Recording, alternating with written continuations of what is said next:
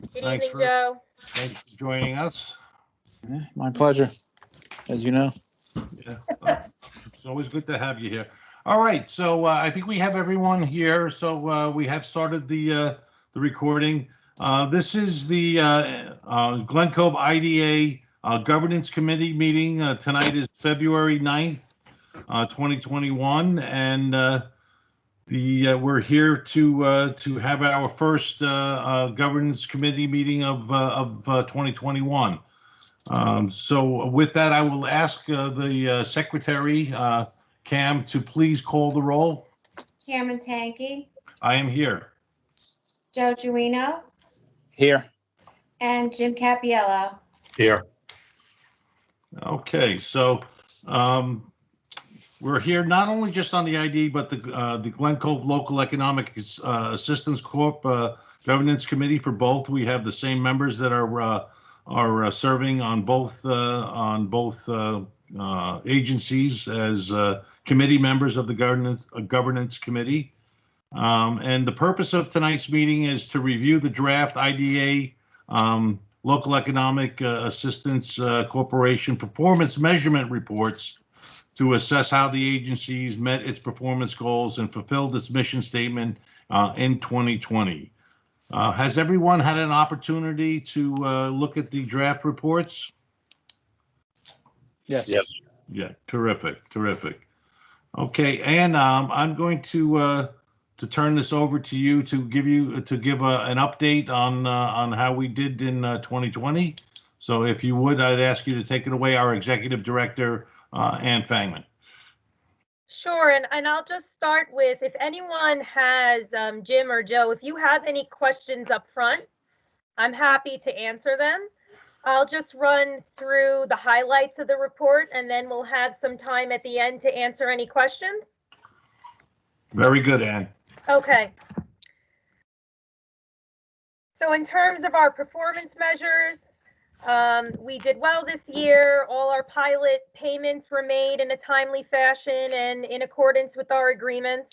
I will be verifying the number of jobs created and maintained once I have that full set of data as reported by the IDA representatives.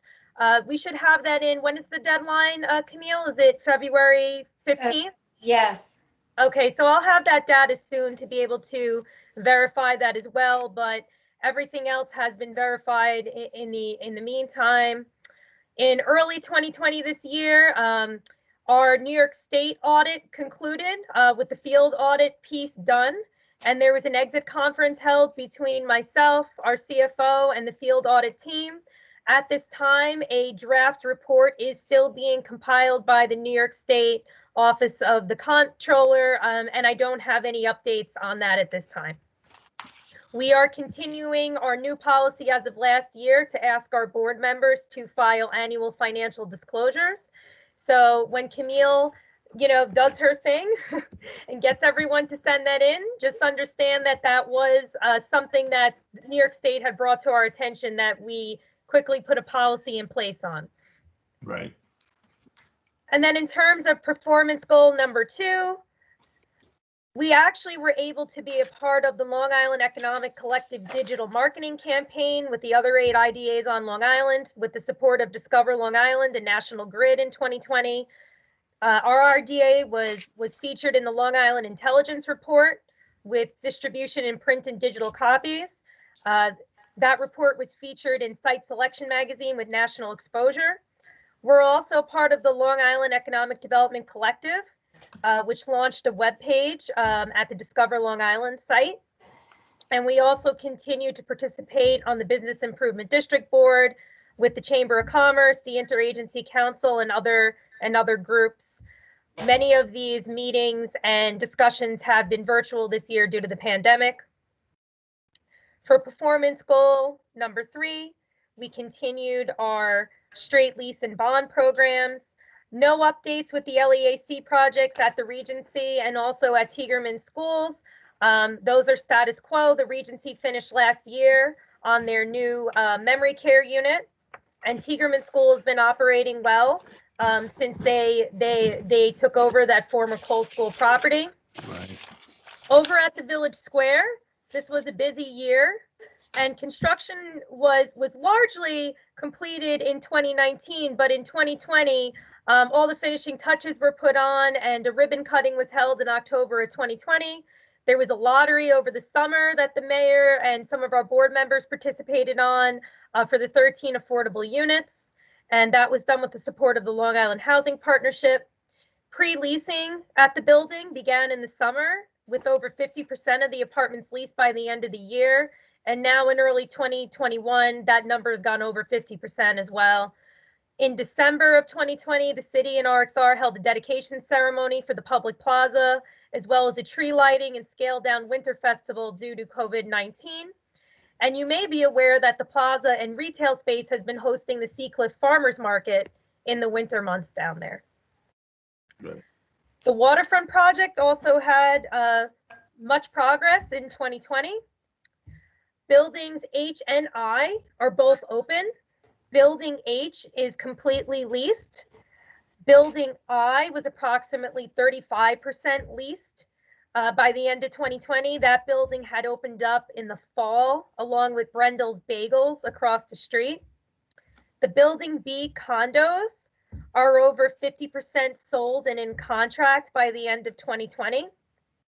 We're also at 75% complete on both phase 1 and phase 2 of the 28 acres of public amenities down at the waterfront. Many residents have already started walking the open areas of the Esplanade and, you know, walking up and down Herb Hill Garvey's Point Road, which also was completed in 2020. And the auxiliary buildings along the waterfront were completed in 2020 as well. That includes the boat attendant building at the terminus of Garvey's Point Road, the Anglers Club, the bathroom buildings along the waterfront.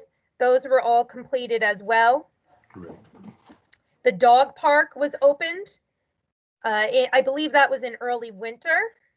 It was a cold day. I can't remember if it was the end of fall or early winter, but it was a cold day. But that park has been getting a lot of use already. You'll see down there that the playground equipment is actually being put into place, and many of the other structures and seating and benches and the timber for the ecology pier and all of those other public amenities are well underway down there at the waterfront. And as I briefly mentioned, Herb Hill Garvey's Point Road was completed as well, which was a major undertaking over 10 years in the making. We have one of the only roundabouts on Long Island, and probably the most prominent roundabout in Nassau County now, I guess, other than by the Coliseum at the road. And, you know, we have ADA accessible ramps and crosswalks, and it really just completed that entire corridor and infrastructure. We have the on-street parking. That's also completed as part of the road project. The Garvey's Point Brewery was approved by the board this year. That made a modification to the original Marina Building number 1. We're still going to be operating a marina at that location that's planned to open towards the end of this year. But we're also going to have Garvey's Point Brewery, which will incorporate a local business and give them an opportunity to expand across the street, and also to open an indoor and outdoor dining space, which will really serve to activate that portion of the waterfront. This year, the IDA board also appointed the Garvey's Point Master Association to an initial 5-year term to oversee and manage the maintenance of the public use easement areas and public improvements. And that overall larger maintenance agreement is currently being drafted right now. Let's see. The IDA also granted sales and mortgage recording tax exemptions to Georgia Green Ventures this year, which is the affordable housing rentals at Garvey's Point. Georgia Green is going to provide 55 units of affordable rental housing at the waterfront. And the transfer of Block G from RXR to Georgia Green will be closing very shortly. And then construction is set to begin in the first half of 2021.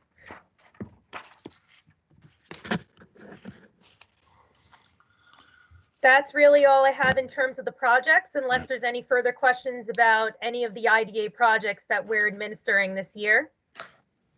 Yeah, I mean, yes, Jim and Joe, do you guys have any any questions with regard to, there's been a lot going on, as you can see, and these are all wonderful projects, and if they're not completed yet, they're well on their way, and Ann and Camille and her whole team has done a terrific job making sure that these projects stay on track and are a benefit to the community. So yeah, you guys have any questions at all? No, it's a very good summation there. Thank you. No, I don't either. Okay. And I'll also mention to Joe's benefit, we will be giving the board members a draft, a copy of what we're going to be inputting into Paris as well. So you see that before it goes in.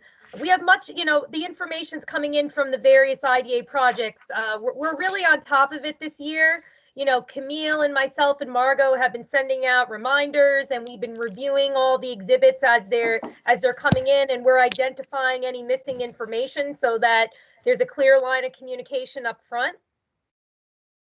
So we're looking to have a very complete Paris reporting for the year, and I've been working with Margot and also with the finance team downstairs on figuring out all the exemptions for the properties, which is more complex sometimes than it seems.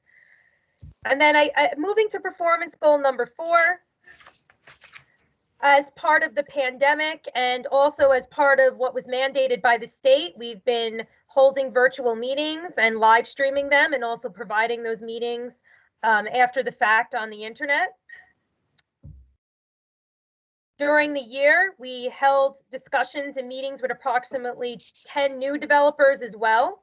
And those meetings were mostly virtual to ensure that we were still able to meet and answer any questions, even though we have COVID-19 going on. And we also ensured that all our materials are made available electronically, and that all submissions could be made electronically as well to present a business-friendly environment during this time. Performance measure number 5. Again, we kept everything electronic and virtual and readily accessible during the year with an open door policy. We made sure that the website was maintained and up to date as well, which has really been an undertaking of Camille's, and she's done a fantastic job. I was on there today to look for some various materials, and it's very well organized now for all the projects. Excellent, excellent. And just so everyone knows, the ferry terminal, we are still very much in contact and with our carrier there. It's Hornblower, and we're still trying to figure out if this is going to be the year that we're starting it. But again, as with everything, COVID has a lot to do with how we move forward, and it doesn't make sense really until the city starts coming back, with jobs and people returning to the city to start it, if we're not going to have a ridership to support our ferry. But we're very much dealing with that. I know the deputy mayor has been on the phone and corresponding with Anastasia from Hornblower.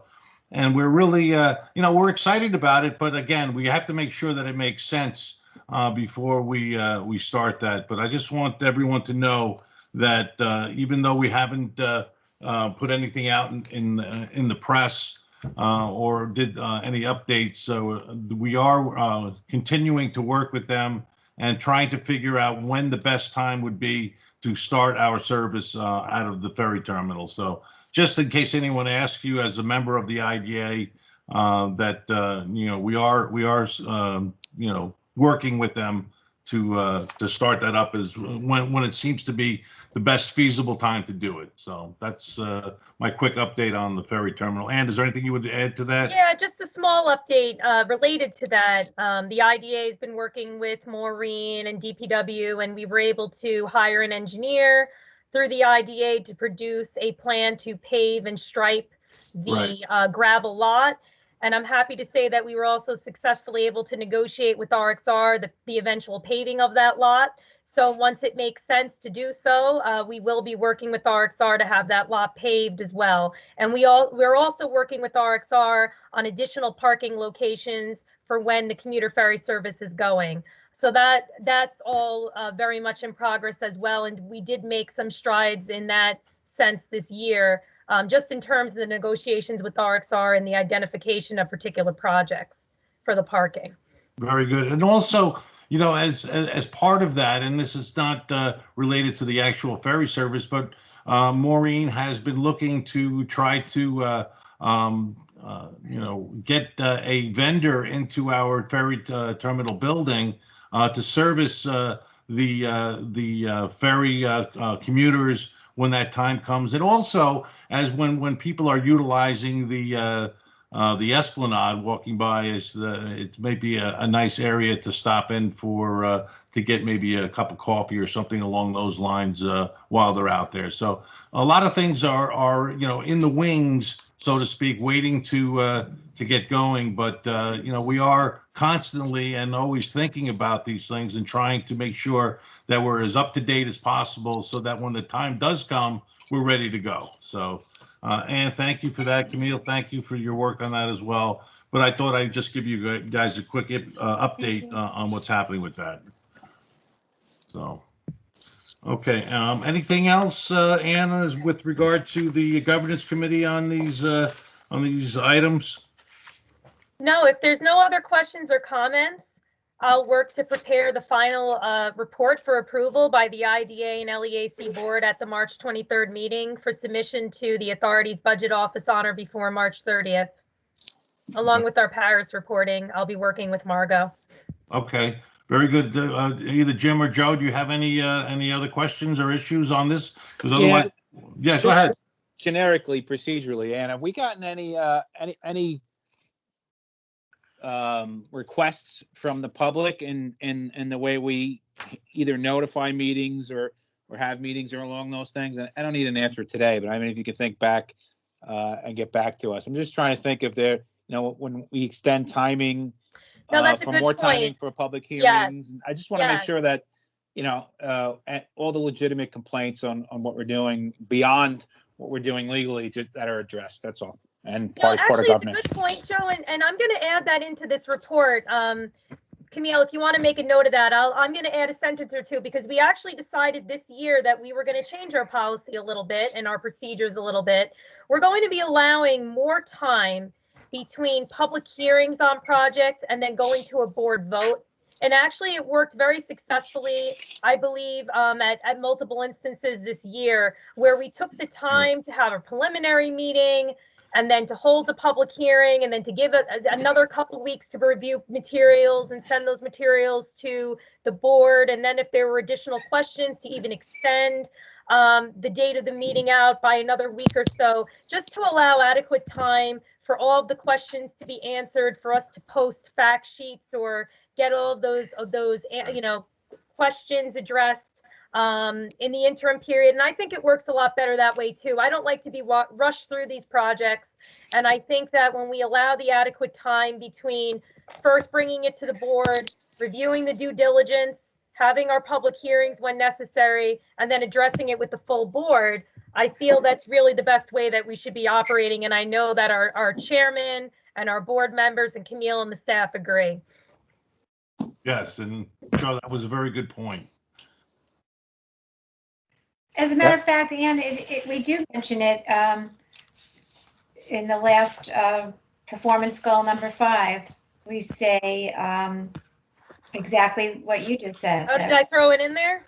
Yeah, we did. That we're providing more time in between. Yes. But can we come up with a procedure that we not only providing more time, that's voluntary. I'd like to have it in our rules. Oh, okay. Well, Joe, I think that what we'll do is I'm going to more explicitly spell it out in our 2020 report here. Mm-hmm. And then by means of procedure and policy, it'll be documented. And it is certainly something that we're going to be doing, you know, now and into the future. Yeah, let's see if we can come up with, and it would be my opinion personally, if we could come up with just more reasonable times that we hold ourselves to.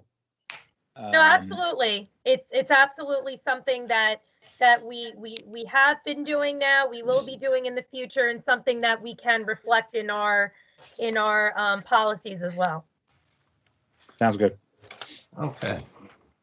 All right, do we need to close this meeting, or can we go right Do you into? wanna- Can you run through the GIGLIC real quick? No, that's what I meant. Since they are basically the same and tied to one another, and the same members are in both. I think we can just move Yeah, into that. we can move through the GICLIC. There really wasn't any big updates. I think I just mentioned briefly earlier, you know, Tiegerman Schools has been operating successfully. The Regency, which finished their work on the Alzheimer's unit last year, that's really been status quo.